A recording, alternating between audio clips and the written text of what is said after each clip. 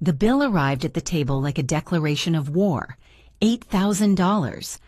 I read the numbers 1, 2, 3 times, hoping that one of them would disappear by magic. But no, there they were, printed in black ink on white paper, as real as the silence that suddenly fell over the entire table. I was sitting at the head, with my hands on my lap, feeling the air in the restaurant becoming heavier, denser, as if someone had slammed all the windows shut at once. Around me, there were 20 people, 20, and none of them were mine. They all belonged to the family of Heather, my daughter-in-law.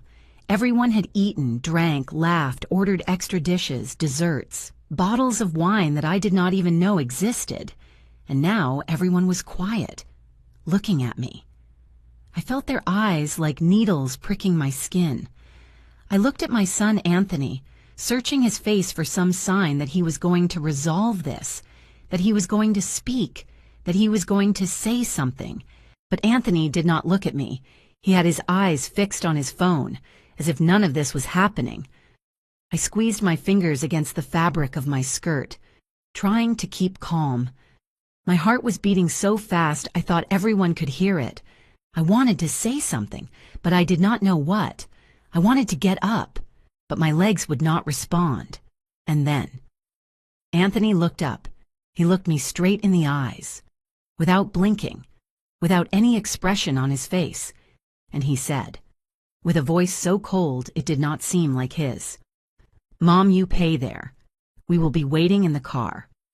Just like that, without hesitating, without shame, as if he were asking me to buy a loaf of bread. I felt something break inside me, something that had been holding me up for years. During my whole life, Heather was already standing, adjusting her purse on her shoulder, smiling barely. With that smile, I had learned to hate in silence. The others began to get up too, one by one, saying goodbye to each other, laughing as if nothing had happened, as if I were not there, as if I were invisible, as if I were only a wallet with legs. I stayed seated, with the bill in front of me, feeling like the world was moving in slow motion. Anthony was already walking toward the exit, without looking back. Heather followed him, talking with her mother, with her brothers, with her aunts. Nobody said thank you to me. Nobody asked me if I was okay. Nobody asked me if I could pay for that, because for them, I could. For them. I was Olivia Marshall, the woman who always said yes, the woman who always found a way, the woman who never complained. But in that moment, seated alone at that enormous table, surrounded by empty plates and dirty glasses, I knew something. I knew that this had not started today. This came from much earlier. This had been growing in silence, like a poisonous plant that I had watered without realizing it.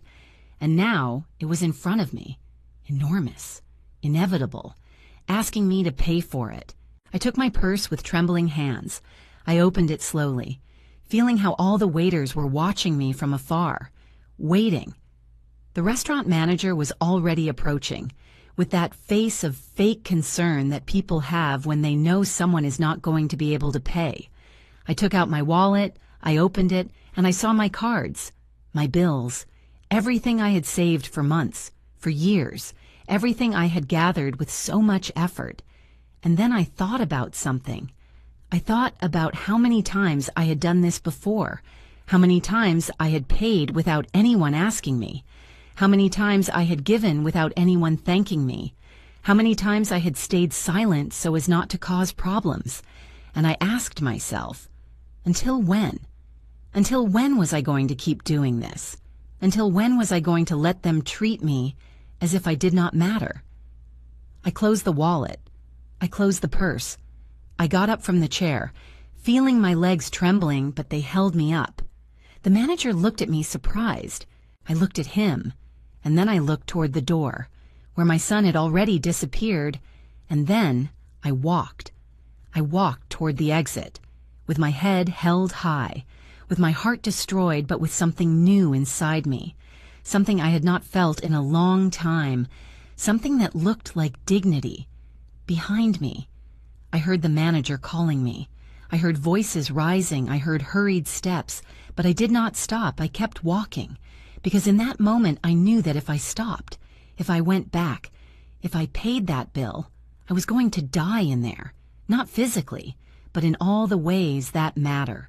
I was going to die as a woman, as a mother, as a human being, and I was not willing to die like that. Not yet. Not for them. It all started 3 days before, on a Tuesday afternoon, when the phone rang while I was watering the plants on the balcony.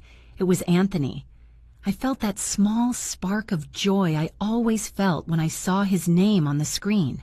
That foolish motherly illusion that thinks her son calls her because he misses her, because he wants to know how she is, because she matters to him.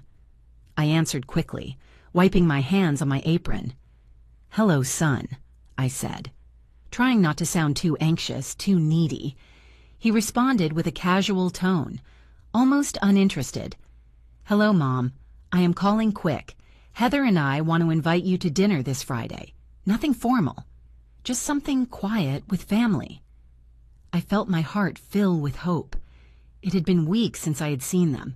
It had been weeks since I expected any sign that I still existed for them, that I still mattered. "Of course, son. Of course." I responded immediately, without thinking. "What time? Where? Do you need me to bring something?" Anthony paused, as if he were doing something else while he spoke to me. "No, Mom. Do not bring anything. Just come. I will send you the address later. It is a new restaurant that Heather likes." I nodded, although he could not see me. Perfect son. "I will be there. Thank you for inviting me." There was another awkward silence. And then he said, "Well, Mom, I have to hang up. See you Friday." And he cut the call before I could say anything else. I stayed there standing, with the phone in my hand, feeling that strange mix of happiness and emptiness I had learned to carry in the last few months. Happiness because my son had called me, because he had invited me, because I was going to see him. Emptiness because the call had been so short, so cold, so mechanical. But I told myself that it did not matter, that the important thing was that he had thought of me, that he still wanted me in his life. I went back to my plants, but I could not focus anymore. My mind was thinking about what to wear, if I should bring a gift for Heather even though Anthony had said no, if I should offer to pay the bill or wait for them to do it.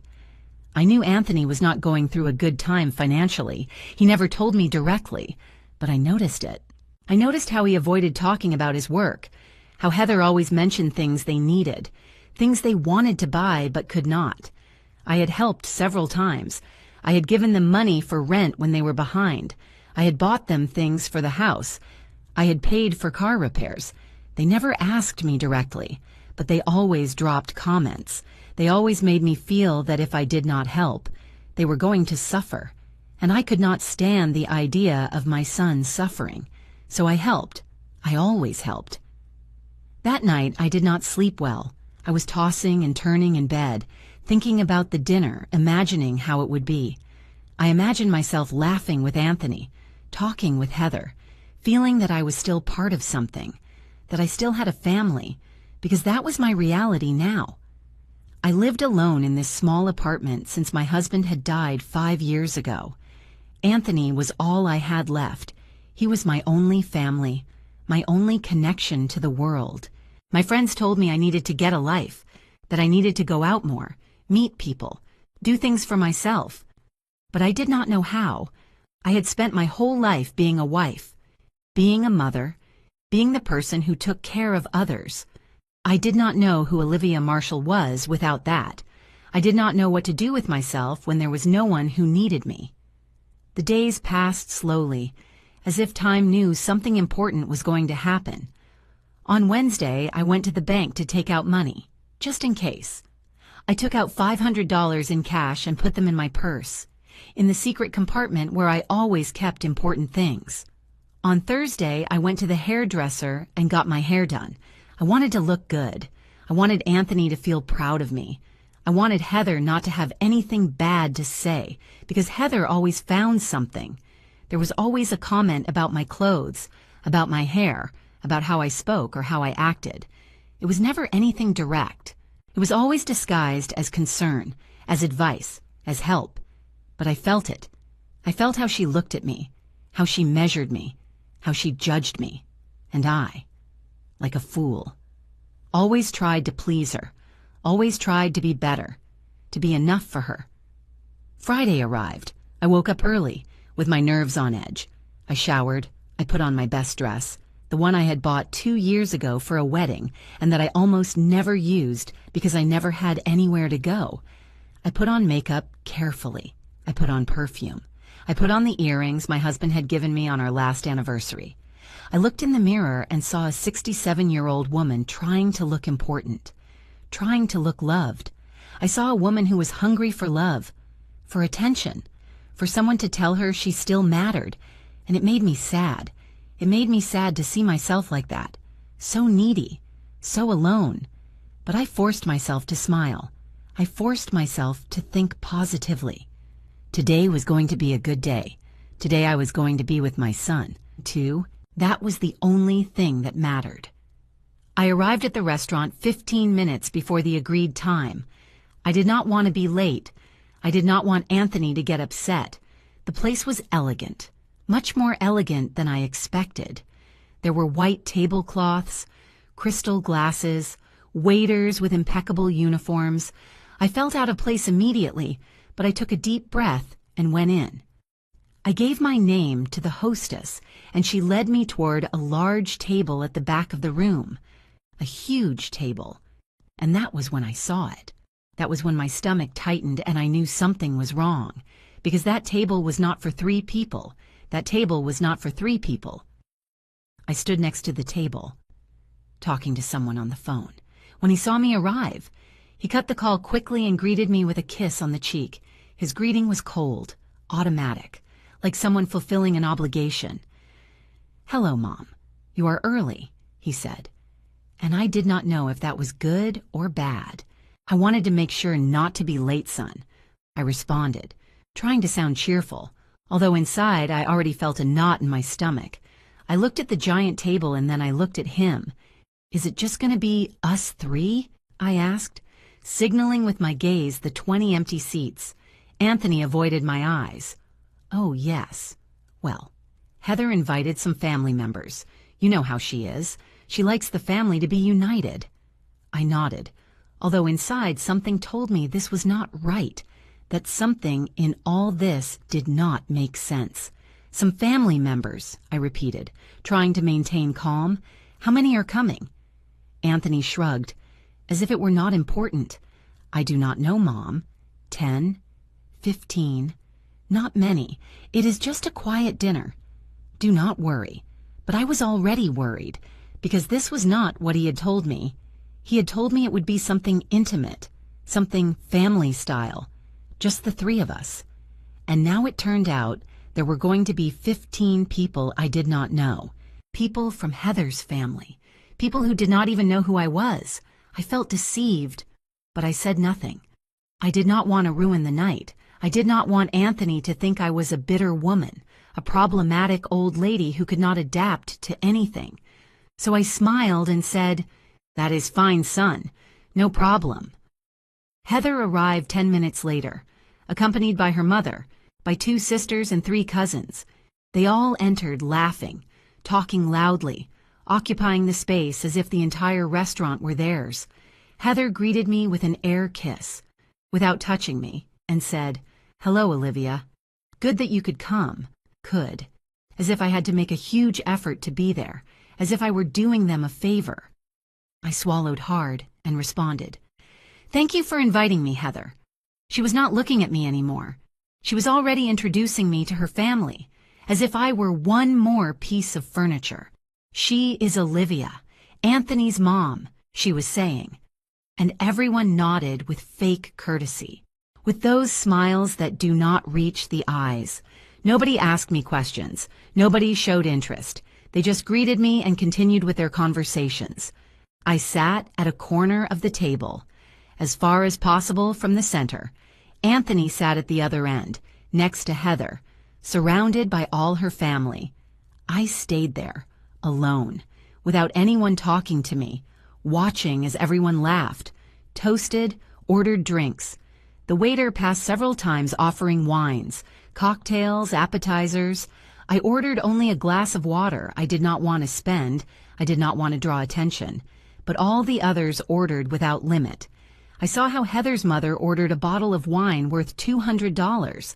I saw how the cousins ordered appetizers, special dishes, things from the menu that did not even have a visible price.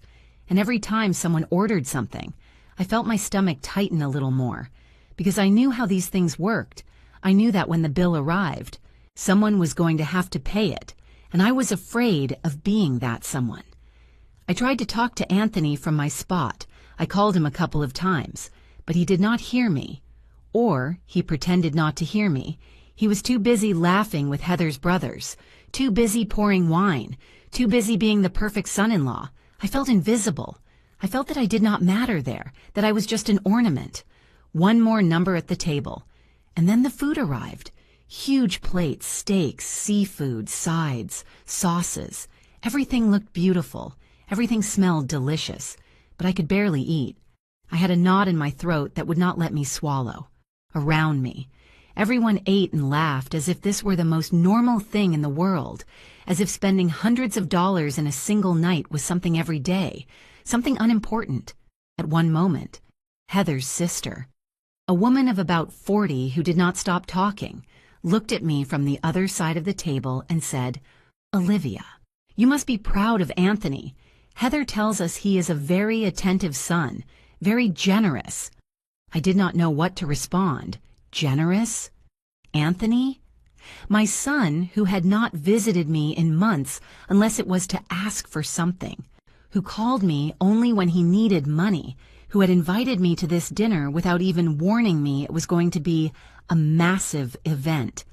But I smiled and said, "Yes, I am very proud of him." Because that was what I was supposed to say. That was what a good mother said, even though inside she felt something was deeply wrong. Then Heather's mother, a lady of about 60 with expensive jewelry and an air of superiority, leaned toward me and asked me, "Olivia, do you still work or are you already retired?" The question sounded innocent, but I felt the venom behind it. "I am retired," I responded calmly.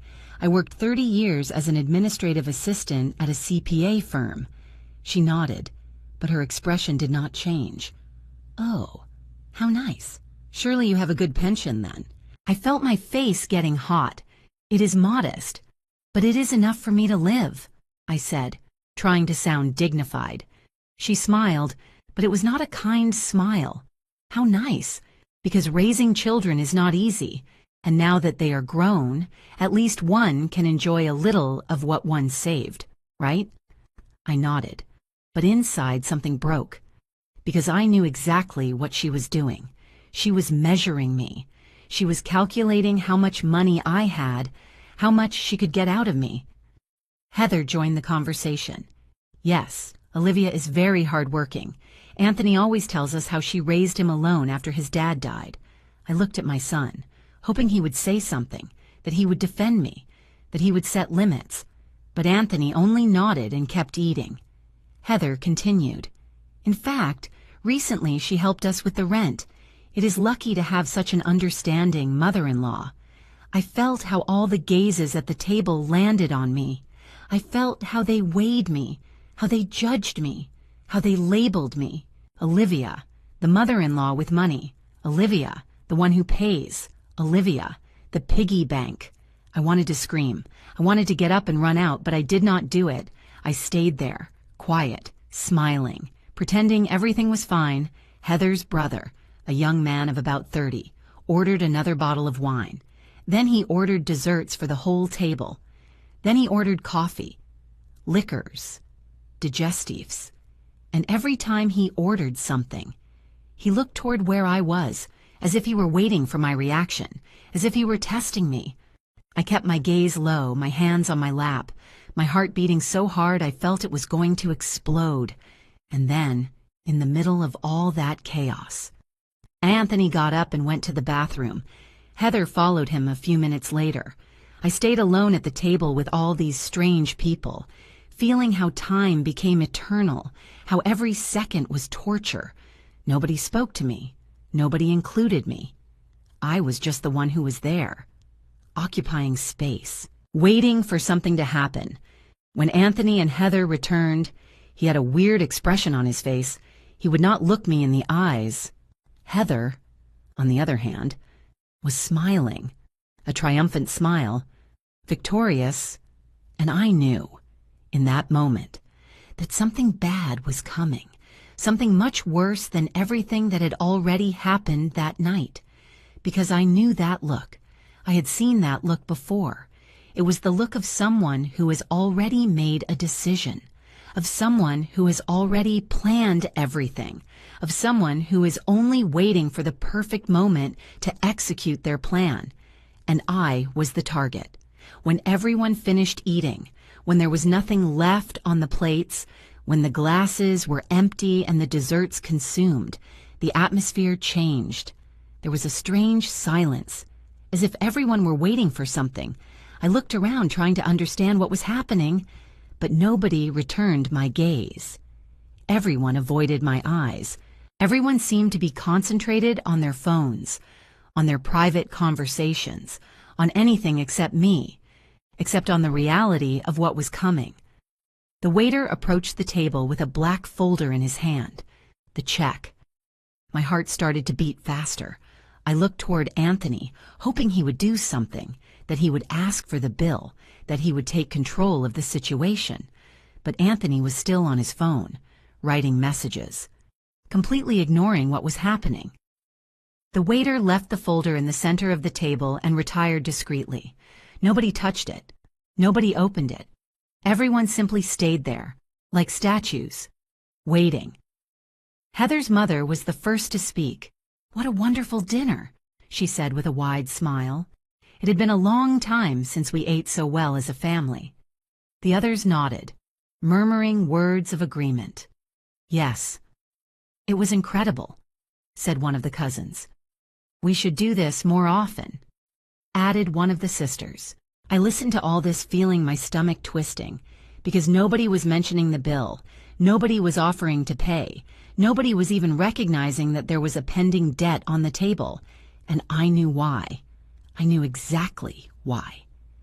Heather got up from her chair and walked toward the bathroom, taking two of her sisters with her. They passed next to me without saying a word, without even looking at me. I stayed there, feeling the weight of the situation falling on my shoulders.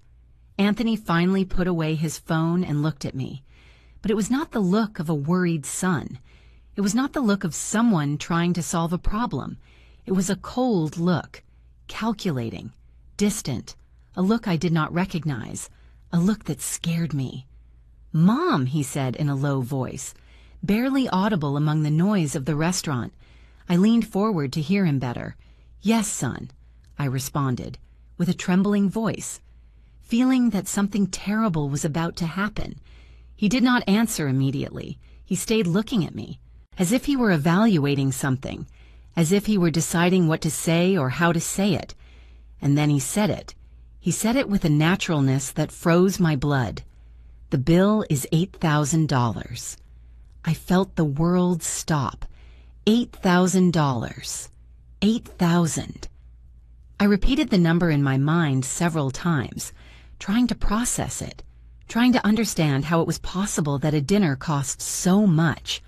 $8,000, I repeated out loud, almost breathless. Anthony nodded, without showing any emotion. "Yes, it is an expensive restaurant, but it was worth it. Do not you think? Everyone enjoyed it a lot. I could not believe what I was hearing. I could not believe my son was talking about this as if it were something normal, as if $8,000 were loose change. "Anthony, I do not have $8,000, I said, feeling my voice break. "I did not know this was going to cost so much. You told me it was a simple dinner, something quiet with family." He shrugged, as if my anguish meant nothing to him. "Well, Mom, Things changed. Heather wanted to invite her family, and you know how these things are. One cannot control what others order. I looked at him in disbelief. One cannot control. He was the one who had organized this. He was the one who had invited me. He was the one who had never warned me that this was going to be a massive event, an expensive celebration, a financial trap. Son. I cannot pay that, I repeated, feeling the tears beginning to form in my eyes. It is too much money. It is more than I earn in 3 months. Anthony sighed, as if I were being difficult, as if I were exaggerating. Mom, do not be dramatic. You have savings, you have your pension. I know you can do it. I felt something inside me break.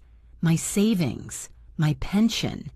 He knew everything about my financial situation because I had told him, because I trusted him, because I thought he took care of me, that he protected me, that he would never use that information against me. But I was wrong. I was completely wrong. Anthony, those savings are for emergencies, I said, trying to maintain calm, trying to make him listen to reason.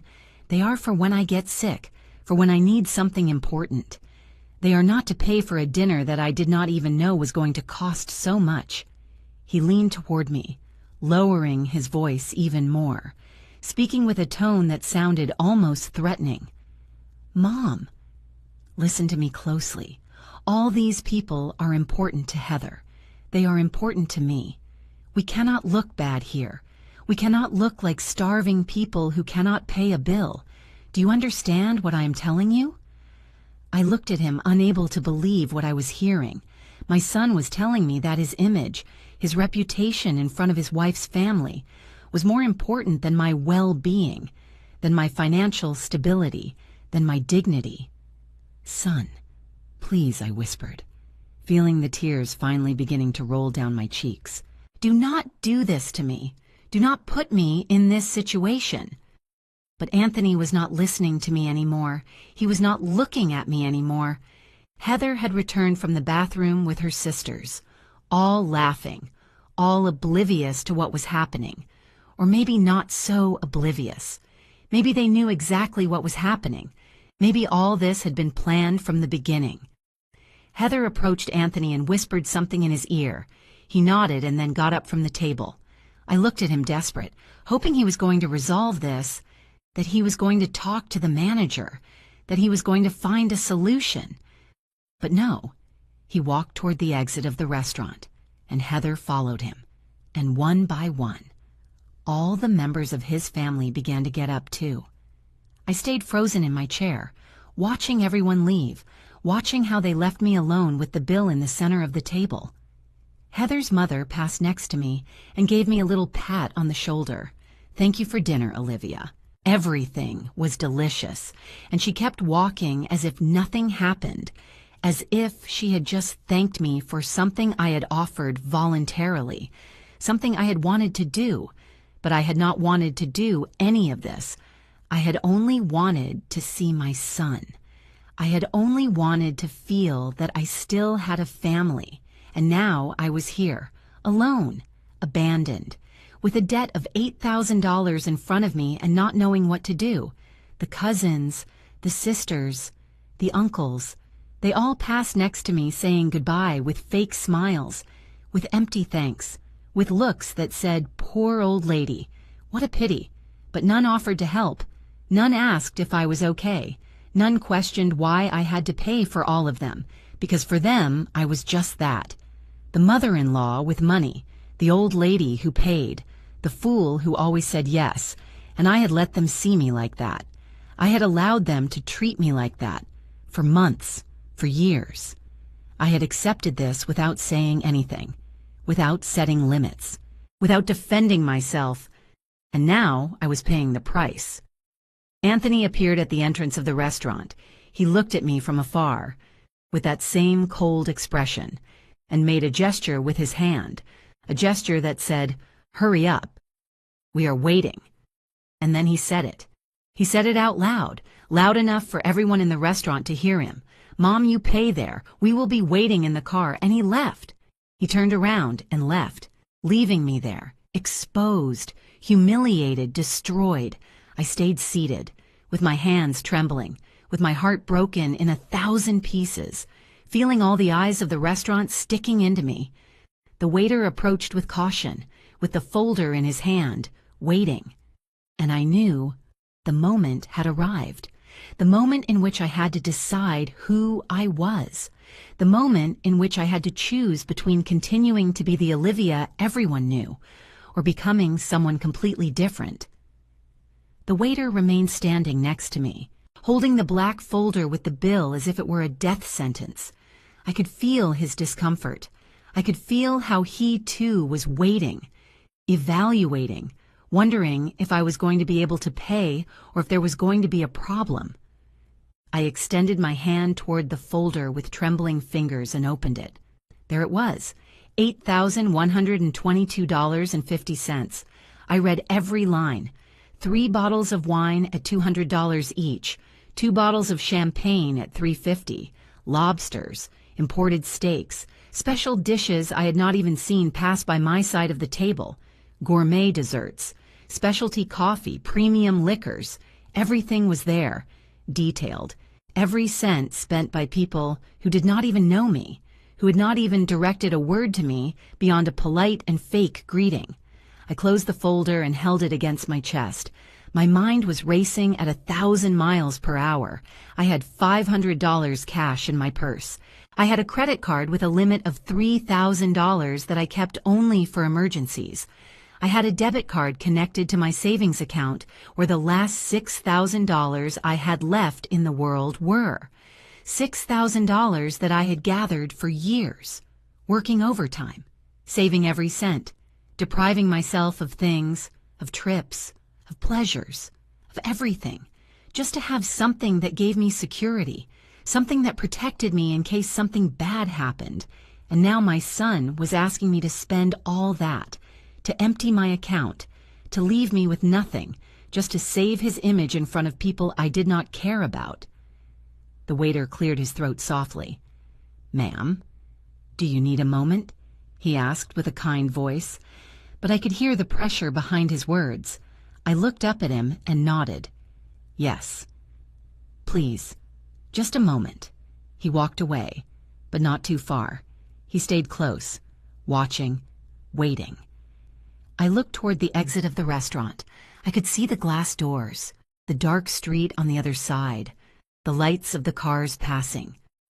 I knew Anthony was outside, sitting in his car, waiting for me to do what I always did, waiting for me to pay, waiting for me to swallow my pride, my pain, my humiliation, and act like the good mother I had always been, the mother who never said no, the mother who always sacrificed herself.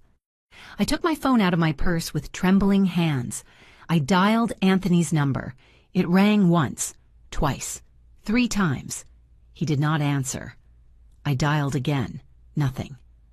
I sent a message. "Son, please come back. I need to talk to you. This is too much." I waited, looking at the screen, begging for the 3 dots to appear indicating he was writing. But they did not appear. Nothing. He was ignoring me. He knew exactly what he was doing. He knew I was desperate, that I was suffering, and he did not care. Or maybe he did care, but he cared more about his pride, more about his image, more about what Heather and her family thought of him. I looked at the bill again.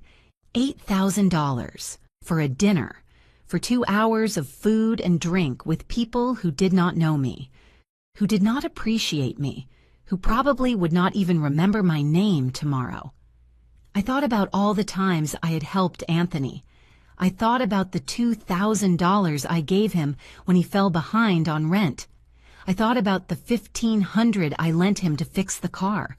I thought about the expensive birthday gifts for Heather, about the appliances I bought them when they moved, about the times I paid for their groceries without them asking me, just because I wanted to help, just because I wanted to be a good mother-in-law, someone useful, someone who deserved to be in their lives.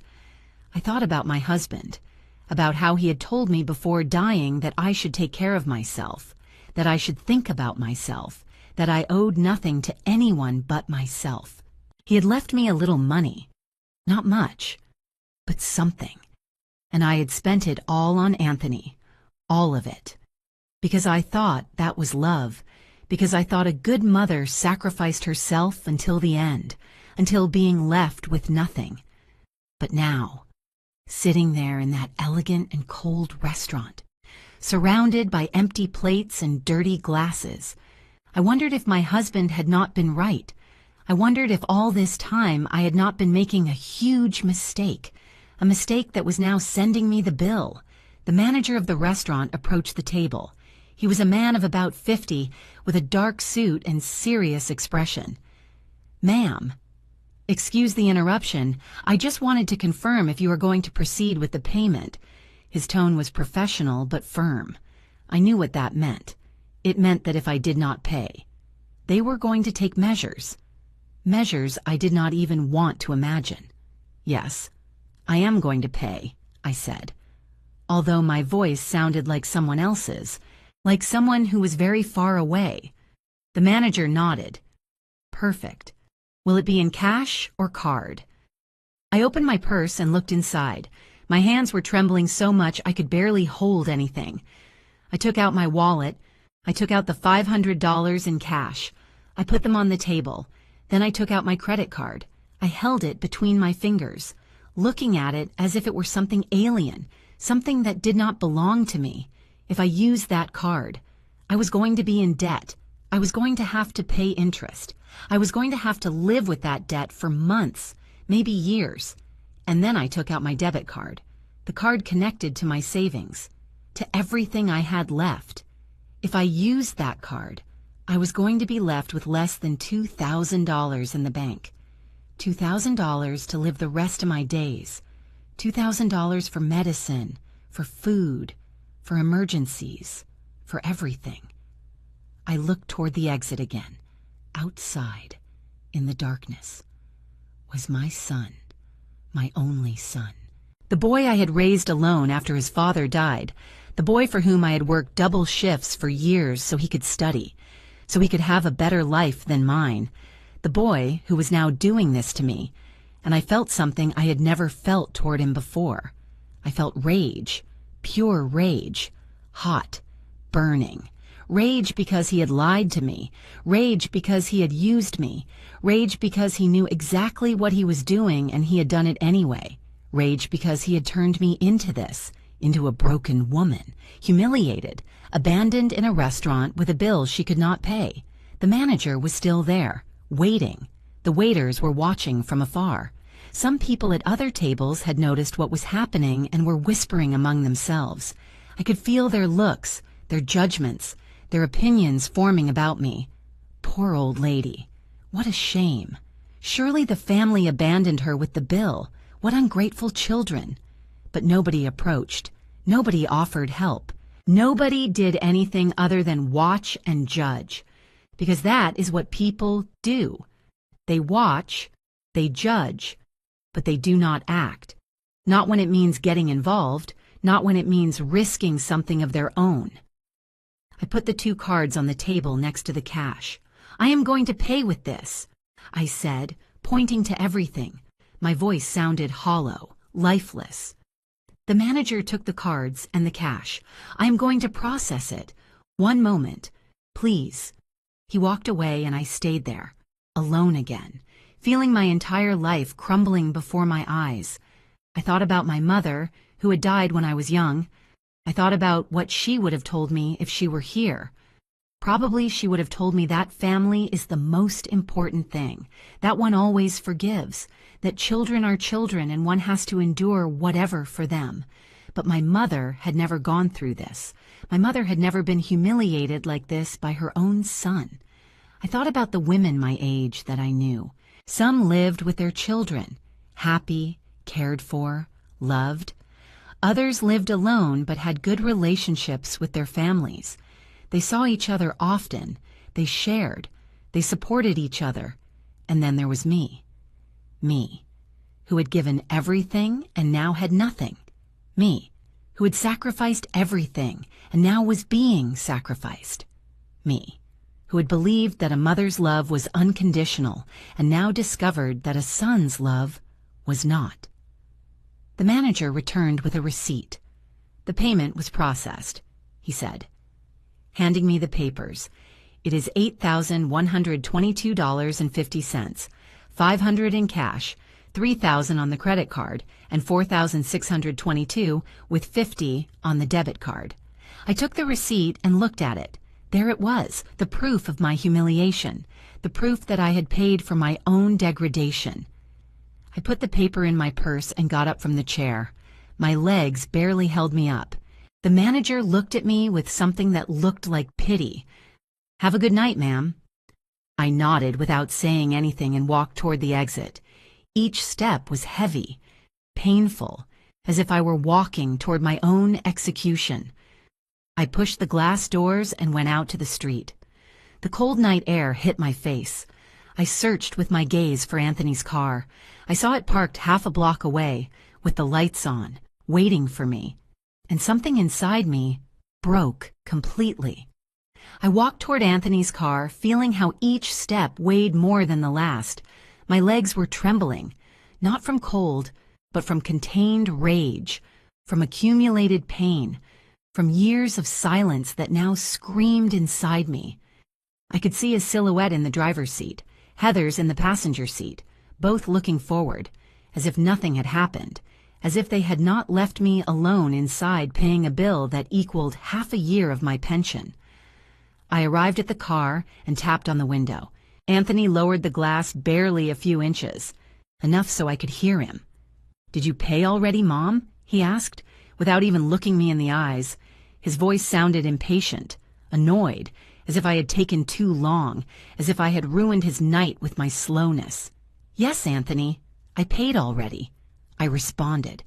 My voice came out firmer than I expected, more controlled. He nodded and began to raise the window again, but I put my hand on the glass, stopping it. "Wait, I need to talk to you." Anthony sighed with frustration. "Mom, it is late. We are tired. We will talk tomorrow." I felt something inside me break definitively, something that had been held together with pins for years, something that had been resisting every humiliation, every lack of respect, every moment of being treated as if I did not matter, and now that something had broken, and there was no way to repair it, no Anthony. "We are going to talk now," I said, and this time my voice sounded different. It sounded hard. It sounded like the voice of someone who has nothing left to lose. He looked at me finally, with that expression of annoyance I had seen so many times in the last months. "What is wrong now, Mom? Are you going to make a drama over the dinner? I already told you I'm going to pay you later." I laughed. It was a bitter laugh, without joy, without humor. "You are going to pay me? With what money, Anthony? With the money you borrowed 3 months ago and never returned? With the money I gave you for rent and never saw back either? With what money exactly are you going to pay me $8,000? Heather turned in her seat and looked at me with disdain. "Olivia, do not be dramatic. It was just a dinner. Besides, you have your pension, you have your savings. It is not like you are going to starve." Those words were like a punch in the stomach. It is not like you are going to starve. As if that were enough. As if I should be grateful to simply survive, to have the minimum. While they spent my money on luxuries they did not even need. "Heather, that is not your decision," I said, looking directly at her. "That is not your money, and you have no right to tell me what I spend it on or what I do not spend it on." She raised her eyebrows, surprised that I answered her, surprised that I was not simply bowing my head and accepting everything as I always did. Wow. It seems someone is upset. "Anthony, your mom is upset because she helped her family. How sad." No, she said it with sarcasm, with mockery, laughing while she said it. Anthony said nothing in my defense. He did not ask Heather to shut up. He did not defend me as a son should defend his mother. He just stayed there, quiet, letting his wife insult me, humiliate me, treat me as if I were trash. And that was worse than anything she could say, because it showed me that my son had chosen his side, and that side was not mine. "You know what, Anthony?" I said, taking a step back from the car. "You are right. I am upset, but not because I helped my family.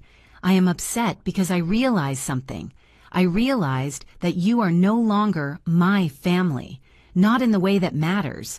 My family would not have lied to me about this dinner. My family would not have left me alone in that restaurant.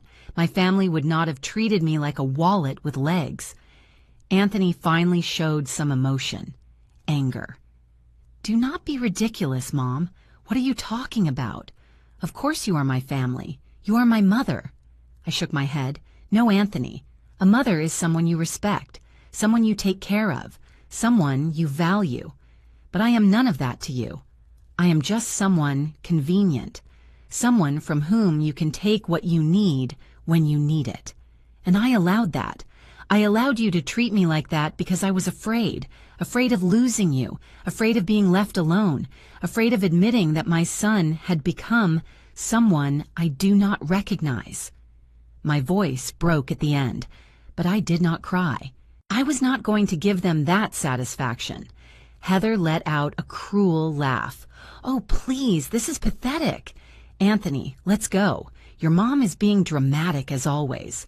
But I had not finished. $8,000. Anthony, $8,000 that I did not have, that I should not spend, that I did not want to spend, but I spent them.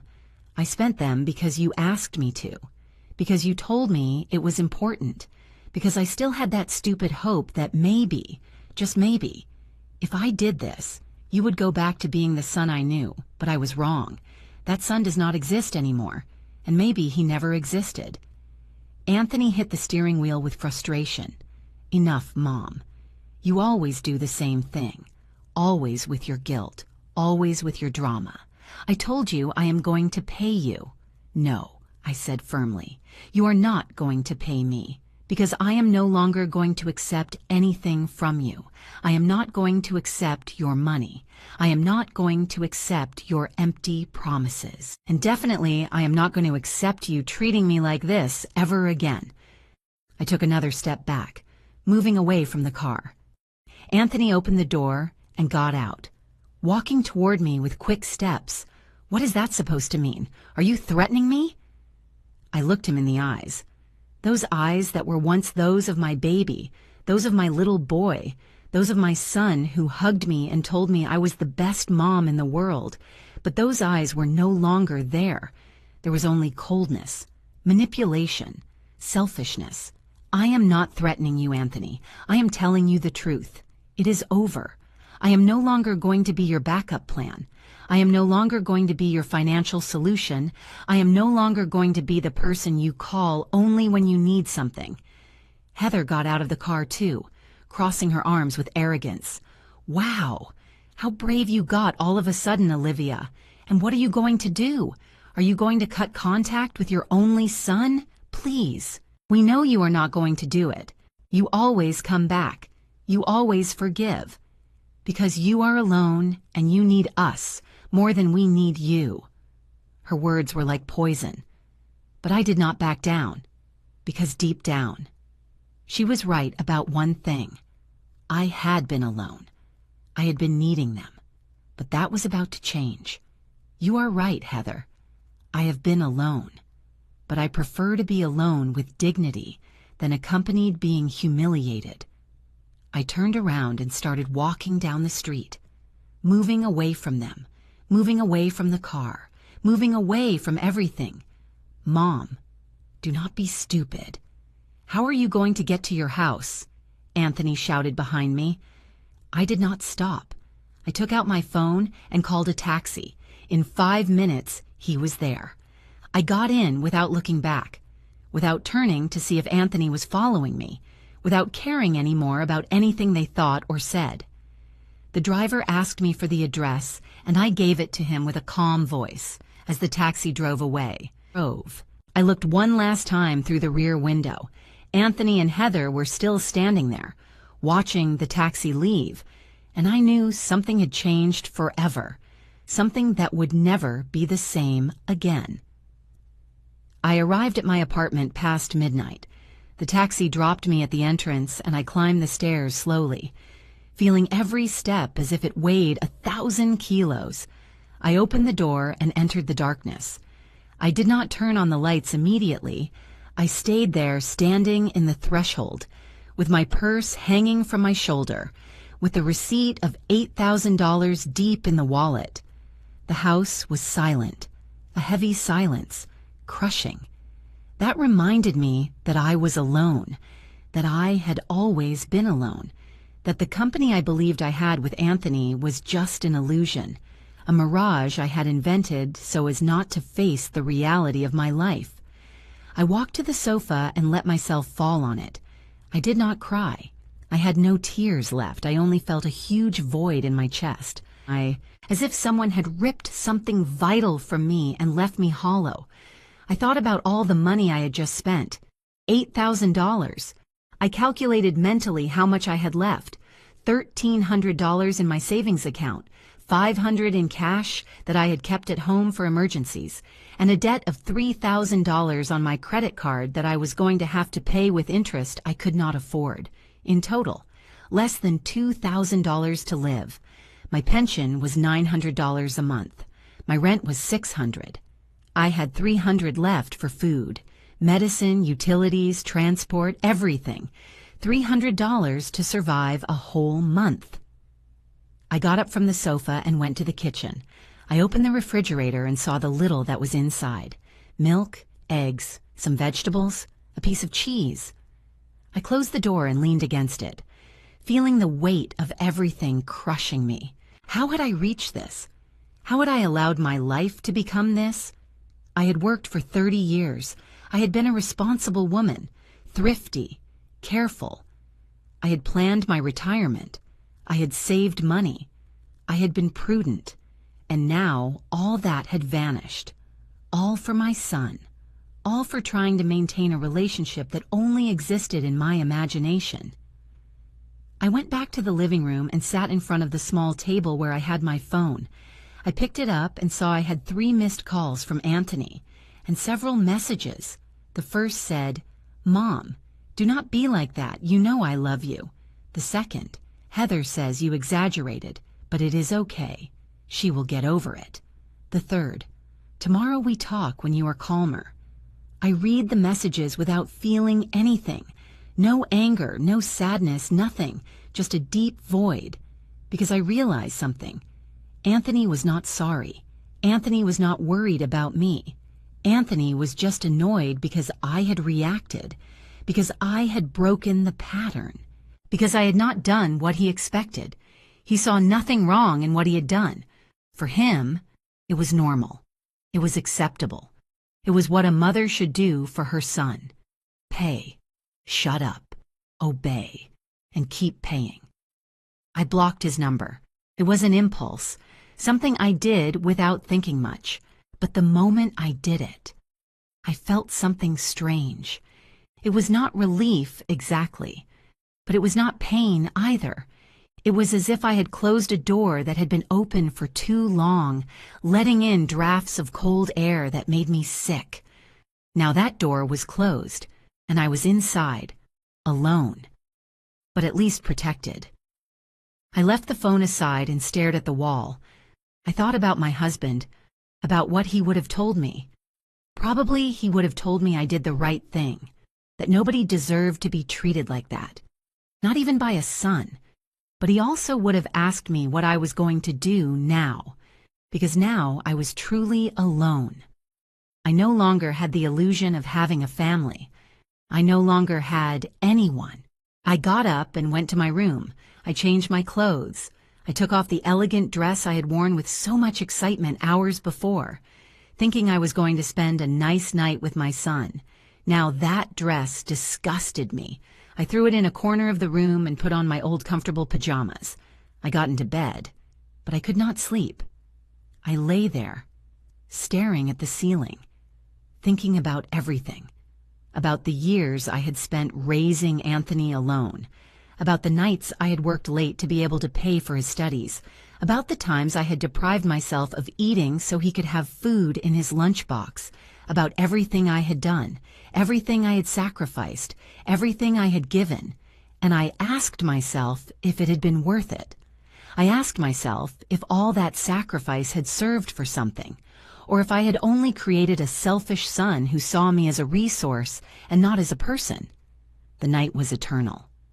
When finally the sun came out, I was still awake. I got up and made myself a coffee. I sat at the kitchen table and took out the receipt from the dinner. I spread it in front of me and looked at it carefully. As if looking at it, I could understand better what had happened. $8,122.50 for a single night, for 2 hours of humiliation, for the final proof that I did not matter to my son. I took the receipt and tore it into small pieces. Then I threw them in the trash, not because I wanted to forget, but because I did not want to keep seeing that evidence of my own stupidity, of my own weakness, of everything I had allowed. 2 days passed. 2 days in which I did not leave my house. I did not speak to anyone. I did nothing but think. Think about who I was now. Think about what I was going to do with the rest of my life. Think about how I was going to survive with so little money. The third day, someone knocked on the door. I looked through the peephole and saw it was Anthony. He was standing there, with his hands in his pockets, looking toward the ground. I did not open. I stayed on the other side of the door, listening. He knocked again, harder this time. "Mom, I know you are there. Open the door. We have to talk." I still did not open, not because I was afraid, but because I had nothing to say to him. Not anymore. "Mom, please," he insisted. I came to apologize. Heather and I talked. We realized that maybe we went a little too far with the dinner.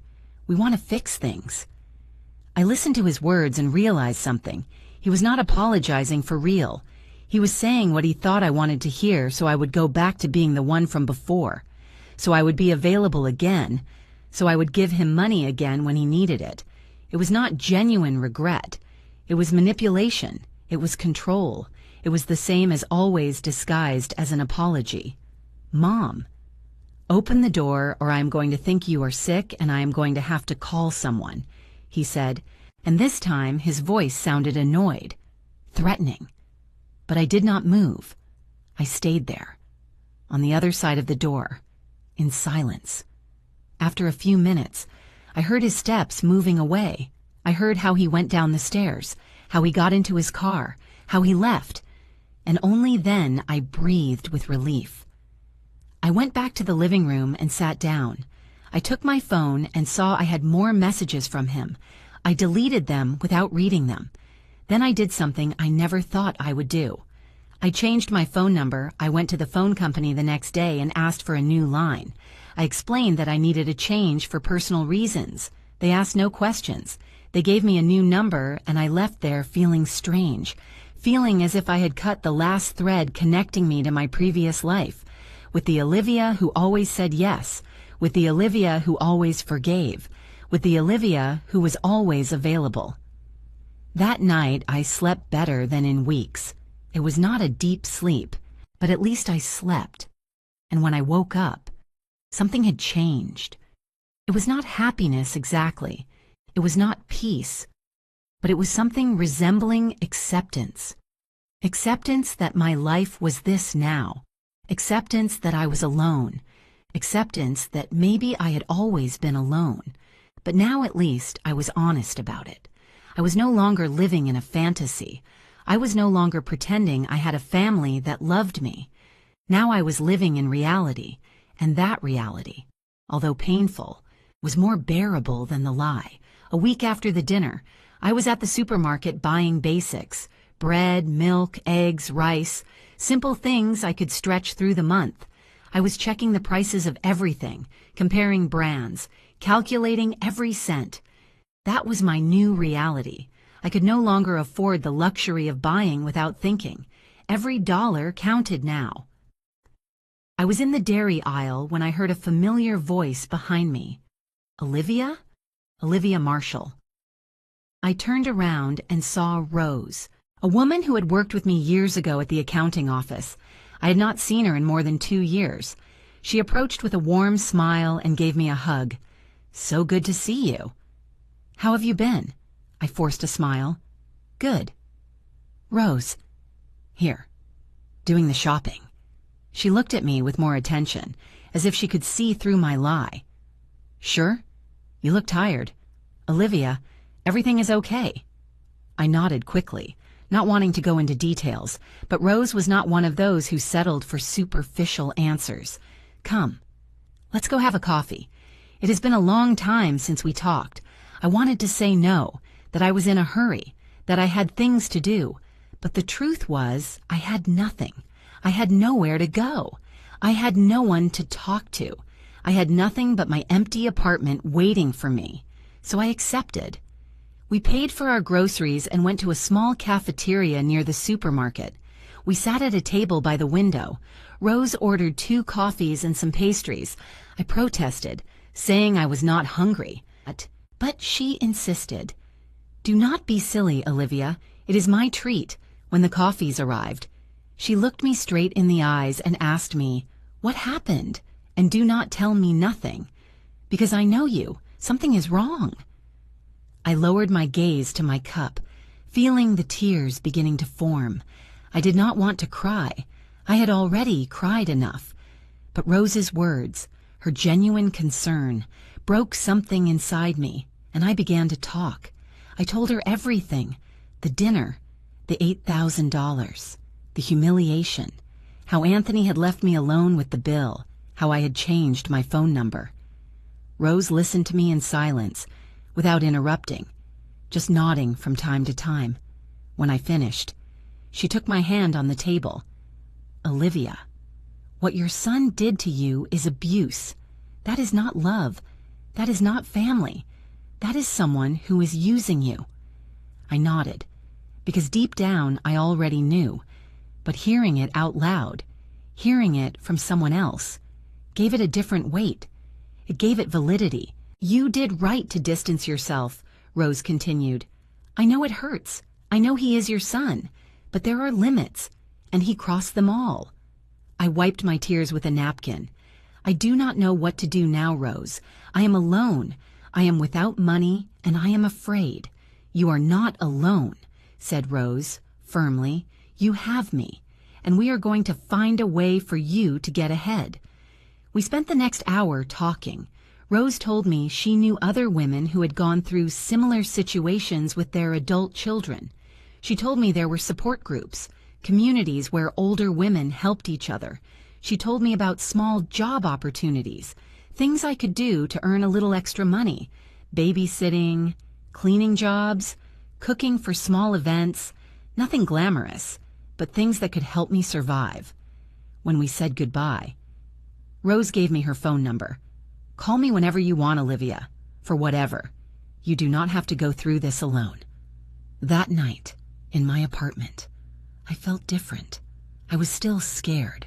I was still hurt, but there was something new, something small, but real. Hope. Hope that maybe, just maybe, I could rebuild my life. I could create something new. Something that did not depend on Anthony. Something that was only mine. The next day I received a call from an unknown number.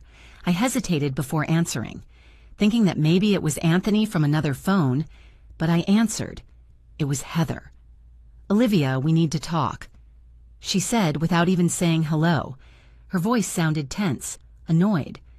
What do you want, Heather? I asked with a tired voice. Anthony is very bad because of you. He does not sleep. He does not eat. He is worried about you. I almost laughed. If he is so worried, why doesn't he come to talk to me? Heather paused. Because you changed your number.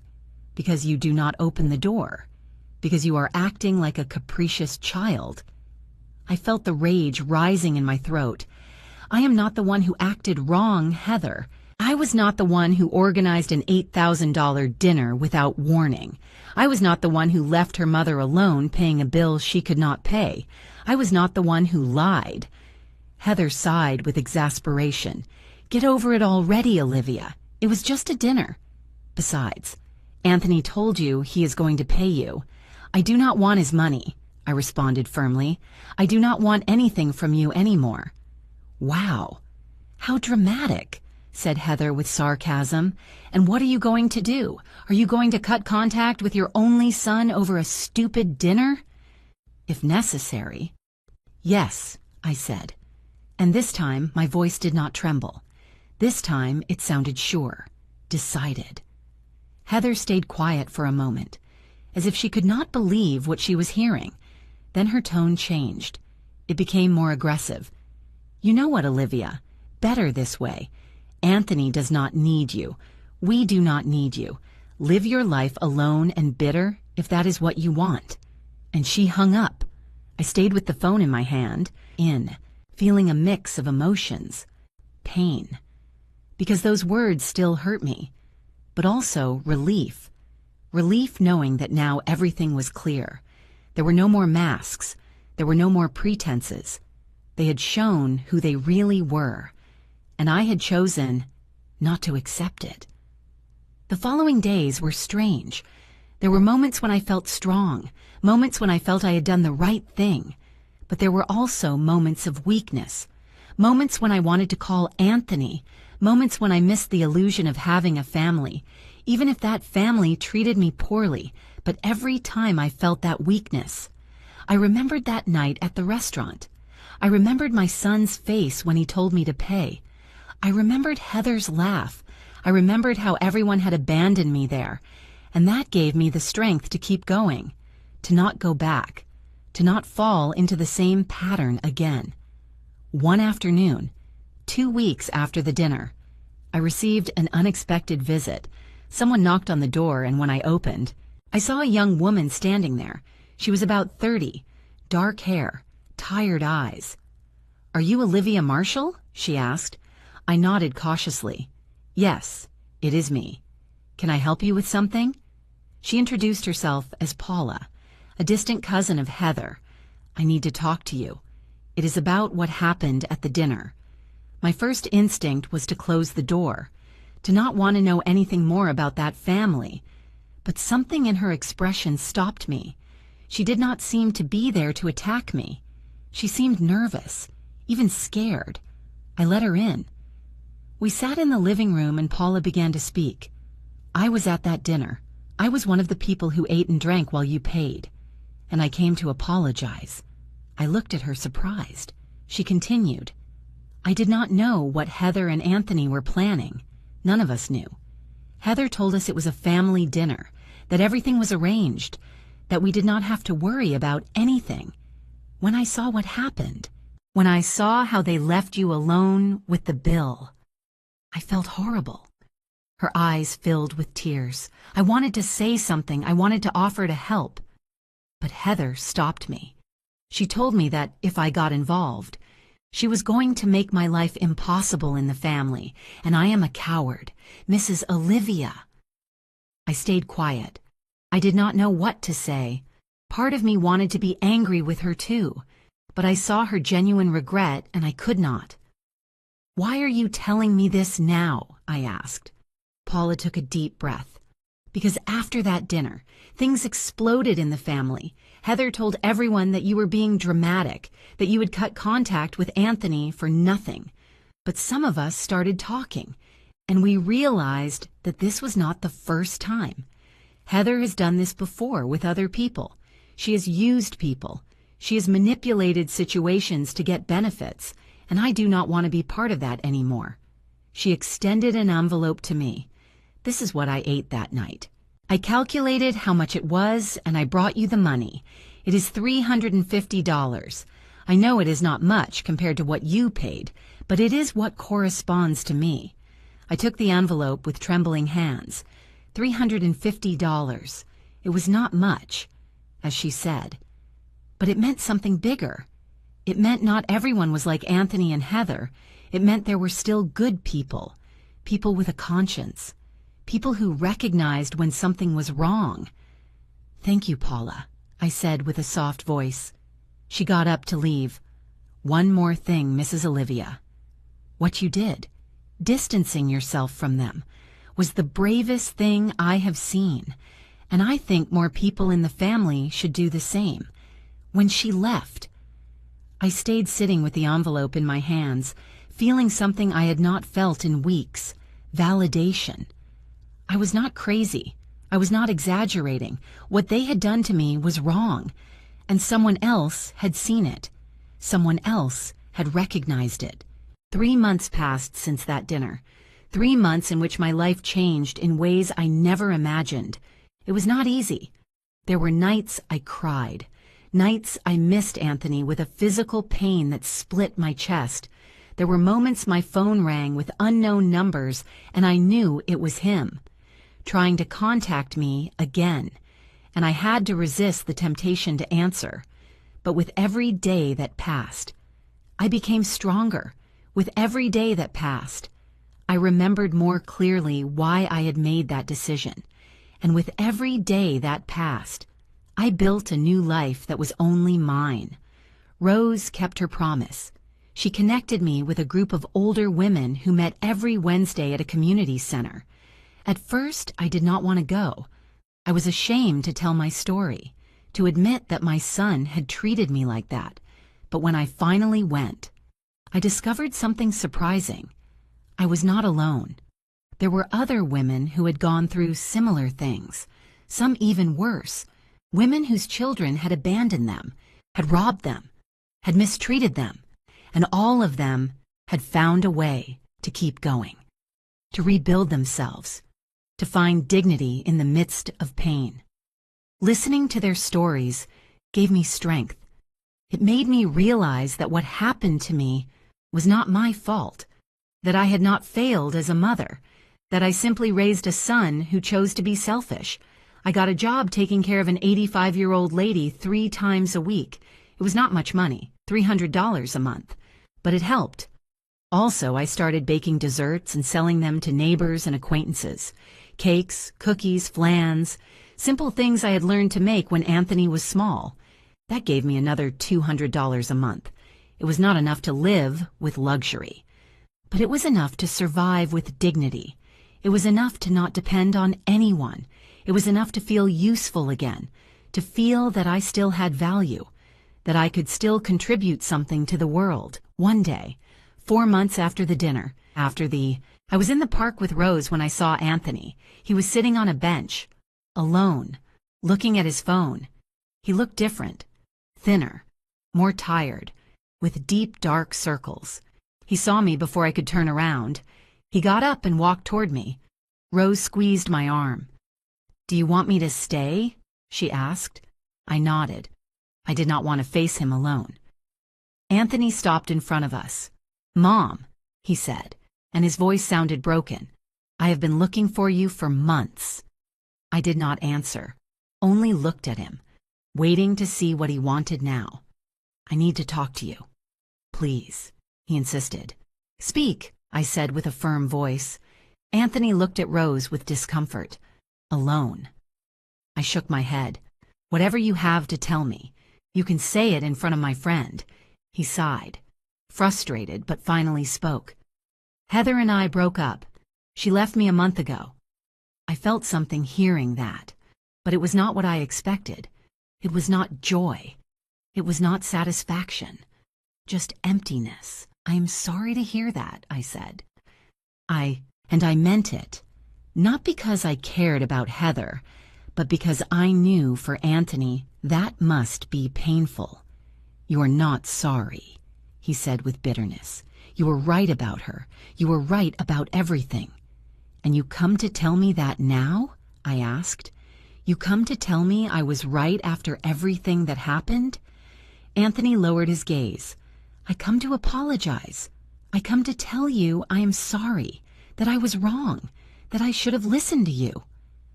I looked at him in silence for a long moment. Part of me, the part that was still a mother, wanted to hug him, wanted to tell him everything was okay, that I forgave him, But the other part, the part that had learned to value herself, knew I could not do that. Not yet. Maybe never.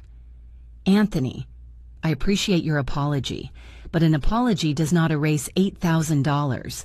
An apology does not erase months of manipulation and mistreatment. An apology does not erase the fact that you left me alone in that restaurant knowing I could not pay that bill. He looked up, with tears in his eyes. I know, Mom. I know. And I do not expect you to forgive me now. I just want you to know I regret it, that I have been living with that guilt every day. I nodded. Good. I hope that guilt makes you a better person. I hope you never treat anyone like you treated me. Anthony took a step toward me, extending his hand as if he wanted to touch me. Can we try again? Can we start from zero? I took a step back. No, Anthony, we cannot. Because I am no longer the same person. I am no longer the mother who says yes to everything. I am no longer the woman who lets herself be trampled just to keep the peace. That woman died that night in the restaurant, and the woman I am now has no space for people who hurt her.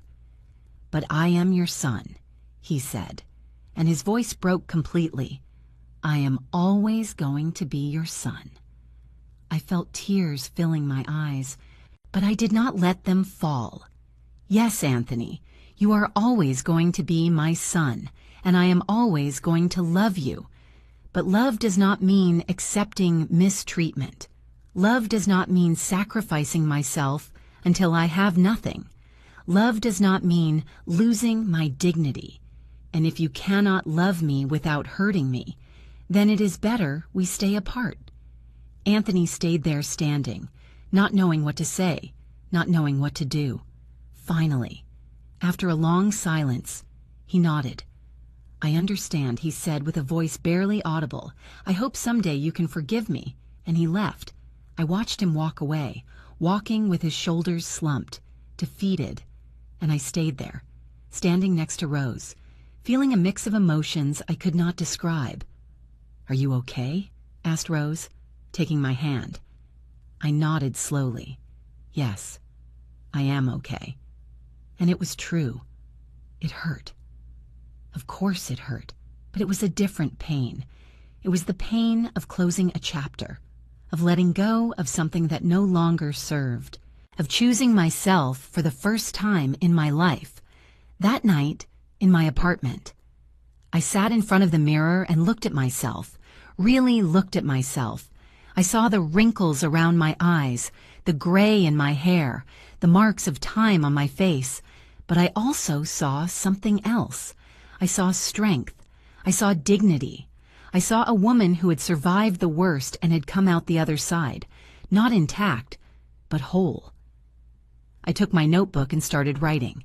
I wrote about everything that had happened, about everything I had learned, about everything I had felt, and at the bottom of the page, I wrote something that became my new mantra, my new truth.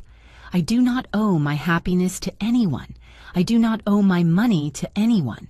I do not owe my dignity to anyone, not even to my son, especially not to my son if he does not know how to value it. I closed the notebook and put it away.